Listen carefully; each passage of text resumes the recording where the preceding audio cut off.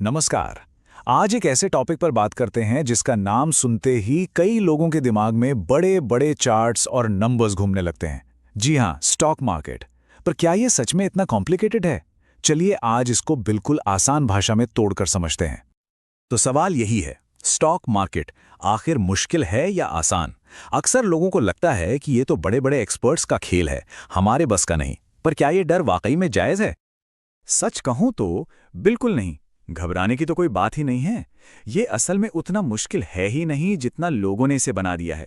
बस इसके फंडामेंटल्स को समझने की देर है।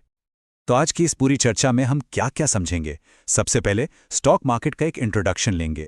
फिर ये शेयर क्या चीज़ है, इसकी कीमत ऊपर नीचे क्यों होती रहती है, और सबसे ज़रूरी, इससे पैसे कैसे बनते हैं। और आखिर में अगर किसी को शुरुआत करनी हो तो कैसे करें।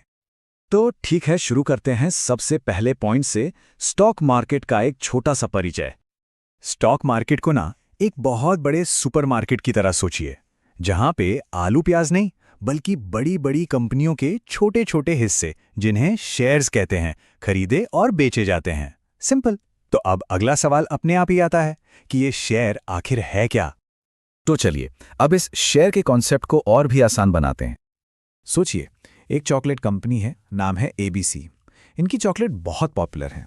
अब कंपनी को और ग्रो करना है, एक नई बड़ी फैक्ट्री लगानी है, लेकिन इसके लिए चाहिए पैसा, बहुत सारा पैसा।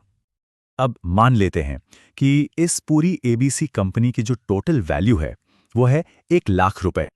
तो अब पैसा इकट्ठा करने के लिए कंपनी क्या करती है? वो अपनी इस 1 लाख रुपए की वैल्यू को 1000 बराबर बराबर हिस्सों में, या कहिए टुकड़ों में, तोड़ देती है। तो हिसाब सीधा है, 1 लाख रुपए 1000 हिस्से, मतलब हर एक हिस्से की कीमत कितनी हुई? 100 रुपए। बस यही एक हिस्सा कहलाता है एक शेयर। जब कोई भी इंसान 100 रुपए देकर ये एक हिस्सा खरीदता है तो वो उस एबीसी चॉकलेट कंपनी में उतने हिस्से का मालिक बन जाता है। कितना कमाल का कॉन्सेप्ट है ना? ठीक है, तो शेयर की कीमत 100 रुपए तय हो गई। लेकिन हम तो रोज सुनते हैं कि मार्केट ऊपर गया नीचे गया, तो ये कीमत बदलती क्यों है? इसके पीछे एक बहुत ही सिंपल सा नियम काम करता है, और वो नियम है डिमांड और सप्लाई का, यानी मांग और आपूर्ति। इसको समझिए, अगर एबीसी कंपनी ने कोई बहुत ही जबरदस्त नई चॉकलेट लॉन्च कर दी और ये खबर फैल गई, तो क्या होगा? ज्यादा से ज्यादा लोग उस कंपनी का शेयर खरीदना चाहेंगे। मतलब खरीदने वाले ज्यादा और शेयर उतने ही हैं, तो दाम बढ़ जाएगा। और इसका उल्टा सोचिए, अगर कंपनी को लेकर कोई बुरी खबर आ गई तो लोग डर जाएंगे और अपने शेयर बेचना शुरू कर देंगे। मतलब बेचने वाले ज्यादा, खरीदने वाले कम, तो दाम गिर जाएगा। बस यही पूरा खेल है। लेकिन ये सारे खरीद फरोख्त होती कहाँ हैं? ऐसे ही कहीं भी नहीं। इसके लिए एक प्रॉपर, सिक्योर और सरकार द्वारा रेगुलेट की गई जगह है, जिसे कहते हैं स्टॉक एक्सचेंज। अपने देश में 2 सबसे बड़े और मशहूर एक्सचेंज हैं, बीएसई यानी बॉम्बे स्टॉक एक्सचेंज और एनएसई यानी नेशनल स्टॉक एक्सचेंज।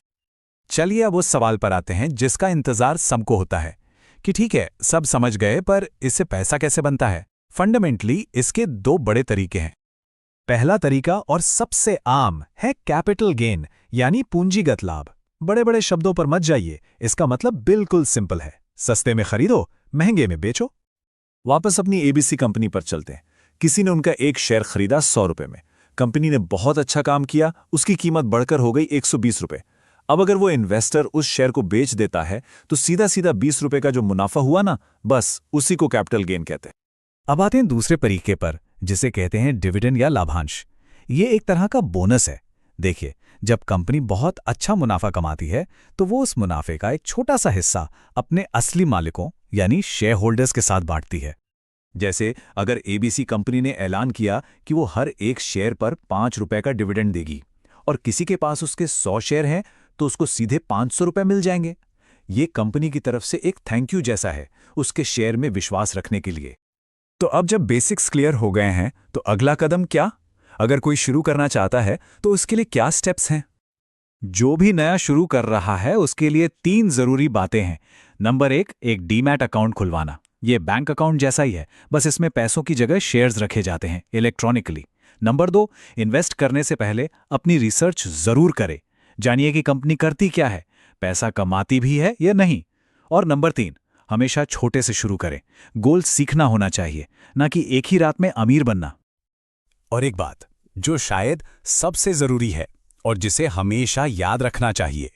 मार्केट में हमेशा वही पैसा लगाएं जिसे अगर खो भी दिया जाए तो जिंदगी पर कोई बड़ा असर ना पड़े। तो आज हमने स्टॉक मार्केट की ABCD को समझा।